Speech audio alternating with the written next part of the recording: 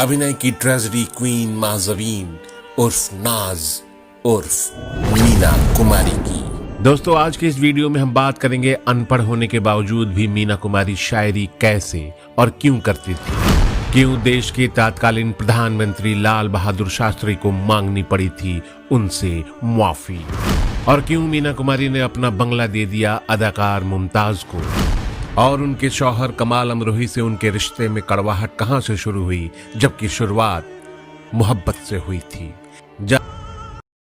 उस बदनसीब ने जब इस दुनिया में कदम रखा तो उसके अपने ही माँ बाप ने उसे यतीम खाने की सीढ़ियों पे छोड़ दिया।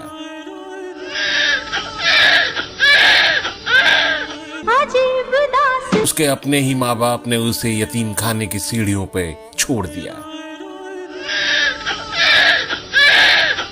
उस मासूम ने अभी ठीक से आंखें भी नहीं खोली थी कि चींटियों ने उसे अपना निवाला बनाना शुरू कर दिया। हालांकि फिर पत्थर दिल बाप का सीना पसीजा और वापस आकर उस बच्ची को जब सीढ़ियों पर देखा, उस नन्ही सी मासूम के साथ खुद भी रोते हुए चींटियों को साफ किया और उस मासूम को घर लेके आए। लेकिन उसकी जिंदगी किसी यतीम खाने, कूड़ेदान या चौल में नहीं, बल्कि सिल्वर स्क्रीन की बुलंदियों पे जिसने सिल्वर स्क्रीन से कमाई बेशुमार दौलत को अपने रिश्तेदारों और अनजानों को भी रिश्तेदार बनाकर उस पर न्यौछावर कर दी और वसीयत में छोड़ गई अपनी ही कुछ नज्म अपनी डायरी में। टुकड़े टुकड़े दिन बीता, धज्जी धज्जी रात मिली, जिसका जितना आंचल था उतनी ही सौगात मिली। महज़बीन ने छोटी उम्र में ही घर का सारा बोझ अपने कंधों पर उठा लिया, क्योंकि घर की माली स्थिति बहुत अच्छी नहीं थी, और महज़बीन 7 साल की उम्र से ही फिल्मों में काम करने लगी। बेबी मीना के नाम से पहली बार फिल्म फरजंद हिंद में नजर आई। उसके बाद लाल हवेली, अन्नपूर्णा, सनम, तमाशा आदि कई फिल्में की, लेकिन उन्हें स्टार बनाया 1952 में आई फिल्म बैजू बावरा ने। फिल्म महल के सुपरहिट होने के बाद अमरोही स्टार डायरेक्टर हो चुके थे। एक फिल्म के सेट पर जब आमना सामना होने पर मीना कुमारी ने उन्हें सलाम किया तो कमाल अमरोही ने उस सलाम का जवाब तक नहीं दिया। और एक दिन की बात है कि मीना कुमारी के पिता ने उन्हें बताया कि कमाल अमरोही उन्हें अपनी अगली फिल्म में लेना चाहते हैं। मीना कुमारी को उनका अक्खड़पन याद आया, उन्होंने मना कर दिया। फिर कमाल अमरोही को ये बात पता चली तो उन्होंने किसी तरीके से मीना कुमारी को मनाया और फिल्म के लिए साइन कर लिया। मीना कुमारी को अपनी फिल्म के लिए साइन तो कर लिया, लेकिन वो फिल्म कभी बन नहीं पाई। लेकिन दोनों के बीच प्यार पनप गया। शादीशुदा अमरोही उनके प्यार में पागल हो गए। एक दिन उनके मैनेजर और दोस्त ने उनसे पूछा कि अगर इतनी मोहब्बत है तो निकाह क्यों नहीं। कमाल ने कमाल की नजरों से अपने मैनेजर दोस्त की तरफ देखा और पूछा, क्या मीना तैयार होगी? जवाब जानने के लिए कमाल के दोस्त और मैनेजर उनका पैगाम लेकर मीना कुमारी के पास पहुंच गए। मीना ने कमाल से प्यार की बात तो मानी, पर शादी से इनकार कर कहा कि अब्बा की इजाजत के बगैर ये संभव नहीं है। कमाल अमरोही ने ऐसे हालात बना दिए कि बैजू बावरा रिलीज हुई। उसी वक्त महज़बीन उर्फ मीना कुमारी ने कमाल अमरोही से निकाह कर लिया। वो वाकया ऐसा था, एक क्लिनिक में मीना की फिजियोथेरेपी चल रही थी। पिता अली बख्श रोज 8 बजे मीना को उनकी बहन मधु के साथ क्लिनिक पर छोड़ जाते थे और 10 बजे लेने पहुंच जाते थे। लेकिन 14 फरवरी 1952 को इसी 2 घंटे के दौरान मीना का निकाह प्लान किया गया।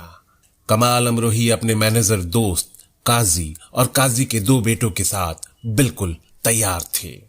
पिता अली बख्श के जाते ही सब क्लिनिक पहुंचे। काजी ने फौरन कमाल और मीना का निकाह पढ़वाना शुरू किया।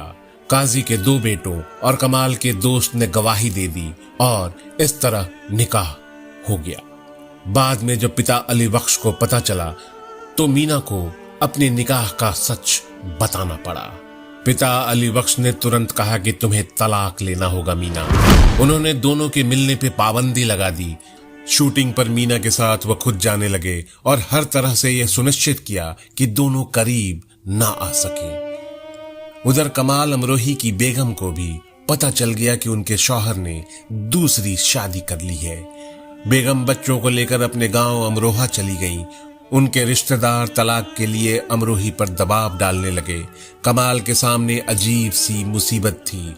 पहली बेगम के रिश्तेदार तलाक के लिए दबाव बना रहे थे और इधर दूसरी बीवी से मिलने नहीं दिया जा रहा था। कमाल अमरोही हालात से तंग आकर एक दिन मीना को पैगाम भिजवा दिया कि इस निकाह को एक भूल समझकर खत्म कर देना चाहिए। मीना सन्न रह गई। निकाह तोड़ने के लिए भेजे गए पैगाम के जवाब में मीना कुमारी ने कमाल अमरोही को खत लिखा, मुझे लगता है आप मुझे समझ नहीं पाए हैं और समझ भी नहीं पाएंगे। बेहतर होगा कि आप मुझे तलाक दे दें। उसके बाद मीना ने एक कोरे कागज पे अपने गम का समंदर उड़ेल दिया। आगाज तो होता है, अंजाम नहीं होता। जब कोई मेरी कहानी में वो नाम नहीं होता। हंसी थमी है इन आंखों में नमी की तरह, चमक उठे हैं अंधेरे भी रोशनी की तरह। शादी की पहली सालगिरह यानी 14 फरवरी 1953 को मीना कुमारी ने कमाल अमरोही को फोन किया।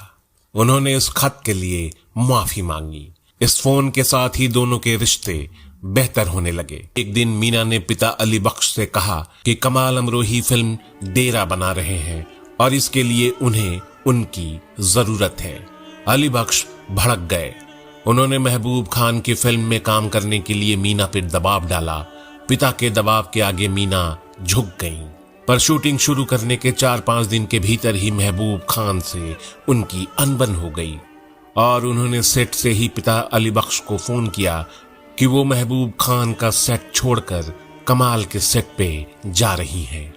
पिता अली बख्श के ख्वाहिश के खिलाफ जाकर मीना कुमारी पति के फिल्म डेरा की शूटिंग के लिए चली गईं, तो पिता ने साफ कह दिया कि बाप बेटी का रिश्ता खत्म और उन्हें घर में नहीं घुसने दिया। मीना कमाल के घर चली गईं और इस तरह मीना कुमारी की उनकी ससुराल में एंट्री हुई। यही मीना कुमारी ससुराल पहुंच गई थी, पर उन्हें सुकून अब भी नहीं था।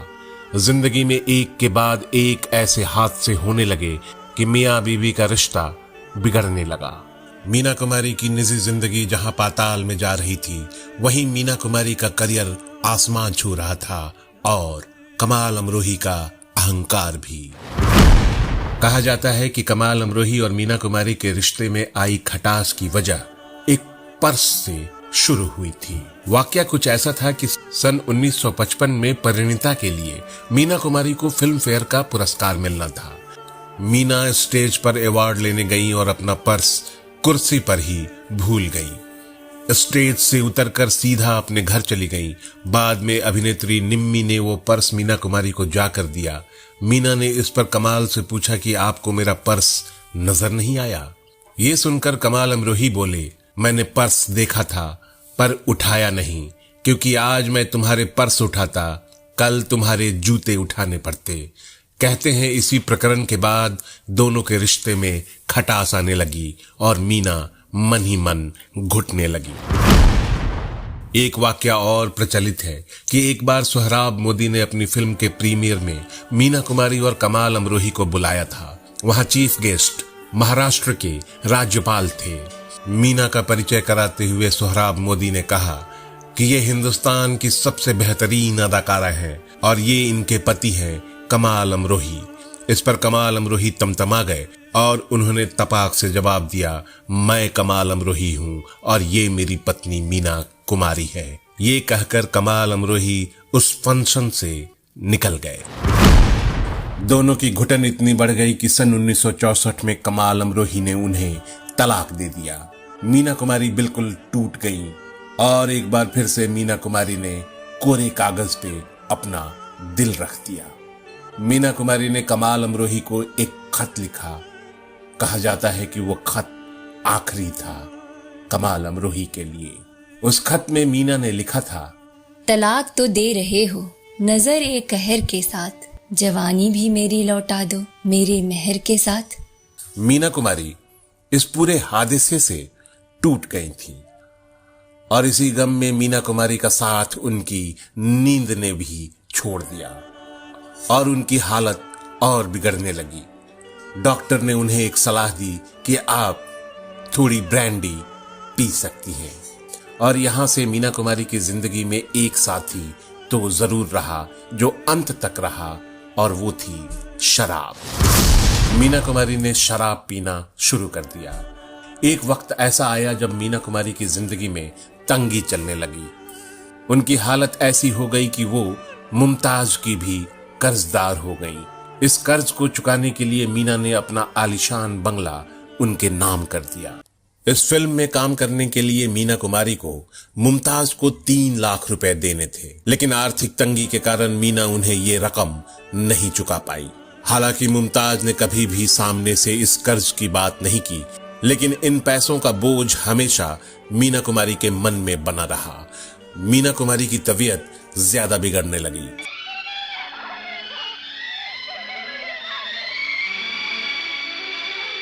तब उन्होंने एक दिन मुमताज को घर बुलाकर कहा, अब मेरे जिंदगी का कोई भरोसा नहीं है। तुम्हारा जो 3 लाख रुपए मेरे ऊपर बाकी है, उसके बदले मैं तुम्हें अपना कार्टर रोड वाला बंगला दे रही हूं। ये परिस्थितियां मीना कुमारी के जीवन में लंबे समय तक बनी रही, और इस तरह के हालात एक असाधारण अभिनेत्री के मन में कलमकारी की जिद पैदा कर रही थी। मीना कुमारी यदि अभिनेत्री नहीं होती तो शायर के रूप में अपनी पहचान जरूर बनाती। हिंदी फिल्मों के जाने माने गीतकार और शायर गुलजार से एक बार मीना कुमारी ने कहा था कि ये जो मैं एक्टिंग करती हूं उसमें एक कमी है। ये आर्ट मुझसे नहीं जन्मा। ख्याल दूसरे का, किरदार किसी और का, और निर्देशन किसी और का। मेरे अंदर से जो जन्मा है वो लिखती हूं, और जो मैं कहना चाहती हूं वो लिखती हूं। आपको बताते चलें कि मीना कुमारी बिल्कुल पढ़ी लिखी नहीं थी, और उन्होंने जो कुछ भी सीखा हालात से सीखा। मीना कुमारी ने अपनी वसीयत में अपनी कविताएं, अपनी नज़्में छपवाने का जिम्मा गुलजार को दिया था, जिसे उन्होंने नाज उपनाम से छपवाया। सदा तन्हा रहने वाली मीना कुमारी ने अपनी रचित एक गजल के जरिए अपनी जिंदगी का नजरिया पेश किया। तेरे कदमों की आहट को ये दिल ढूंढता है हरदम, हर एक आवाज पर एक थरथराहट होती है। न इंतजार, न आहट, न तमन्ना, न उम्मीद, जिंदगी है कि यूं ही बेहिस हुई जाती है। बैठे रहे राह में दिल का खंडहर सजाकर, शायद इसी तरफ से एक दिन बाहर गुजर। मीना कुमारी की जिंदगी में सबसे अहम फिल्म पाकीज़ा थी। इस फिल्म की शूटिंग सन 1956 में शुरू हुई थी। तब इस फिल्म में अशोक कुमार को हीरो रखा गया था, लेकिन सन 1968 में इस फिल्म की शूटिंग दोबारा शुरू हुई। तब अशोक कुमार बूढ़े हो चले थे।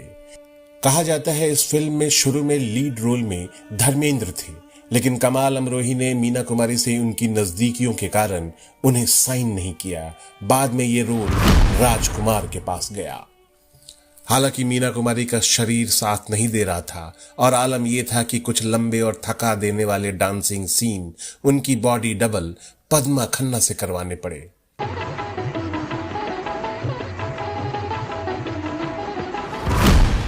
फिल्म पाकीज़ा से जुड़ा एक और दिलचस्प किस्सा हम आपको सुनाते हैं। उस समय महाराष्ट्र के तत्कालीन मुख्यमंत्री की तरफ से मुंबई के एक स्टूडियो में प्रधानमंत्री लाल बहादुर शास्त्री को फिल्म पाकीज़ा की शूटिंग देखने के लिए आमंत्रित किया गया था। शास्त्री जी मना नहीं कर पाए और शूटिंग देखने पहुंचे। वहां लाल बहादुर शास्त्री जी का भव्य सम्मान हुआ। मीना कुमारी ने जैसे ही लाल बहादुर शास्त्री को माला पहनाई, उसके बाद शास्त्री जी ने बड़ी ही विनम्रता से पूछा, वो महिला कौन है? एक समय जब मीना कुमारी का नाम हर किसी के जुबान पर था, चारों तरफ उनके चर्चे थे, इसके बावजूद भारत के दूसरे प्रधानमंत्री लाल बहादुर शास्त्री उन्हें पहचान नहीं पाए।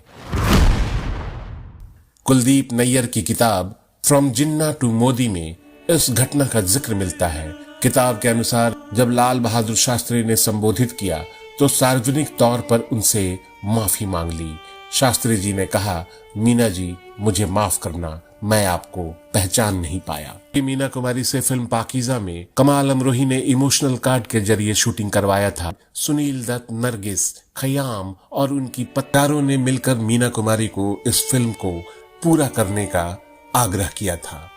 कमाल अमरोही ने चूंकि पाकीज़ा में काम इमोशनल कार्ड के जरिए करवाया था तो पैसे मिलने की उम्मीद भी नहीं थी। मीना कुमारी जब सेंट एलिजाबेथ नर्सिंग होम में भर्ती हुई, हुए पैसे देने के नाम पर अपने हाथ खड़े कर दिए, जबकि इस फिल्म के महंगे सेटों पर लाखों रुपए खर्च किए गए थे और इन्वेस्टरों से सारा इन्वेस्टमेंट मीना कुमारी के नाम पर ही लिया गया था। खैर, इधर नर्सिंग होम में भरपूर कोशिश की।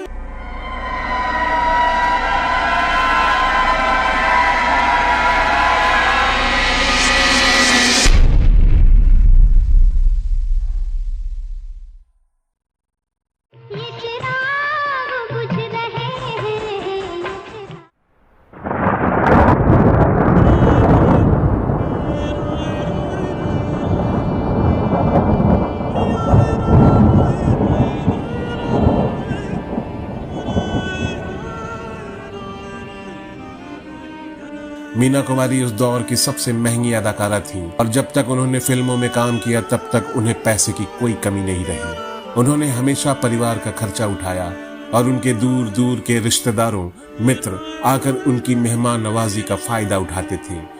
लेकिन जब वो बीमार पड़ी तो सबने एक एक करके किनारा कर लिया। यहाँ तक कि हॉस्पिटल के बिल भरने के नाम पर सब गायब हो गए। बताते हैं कि कमाल अमरोही ने अस्पताल में कहा कि उन्होंने मीना कुमारी को तलाक दे दिया था, इसलिए वो पैसे देने के लिए जिम्मेदार नहीं है। इसी सभ्य समाज में एक मशहूर अभिनेत्री की लाश को लावारिस घोषित करने का नौबत आ गई थी। बताया जाता है कि हॉस्पिटल वालों को कहना पड़ा कि उन्हें लाश को लावारिस घोषित करके बीएमसी वालों को देना पड़ेगा।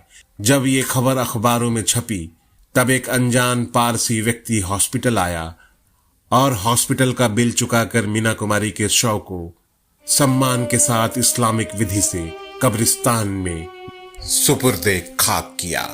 कुछ लोगों का यह भी कहना है कि हॉस्पिटल में एक डॉक्टर मीना कुमारी के फैन थे, उन्होंने फीस अदा की थी। मीना कुमारी के मौत के बाद दर्शकों की सहानुभूति फिल्म पाकीज़ा पे उमड़ पड़ी।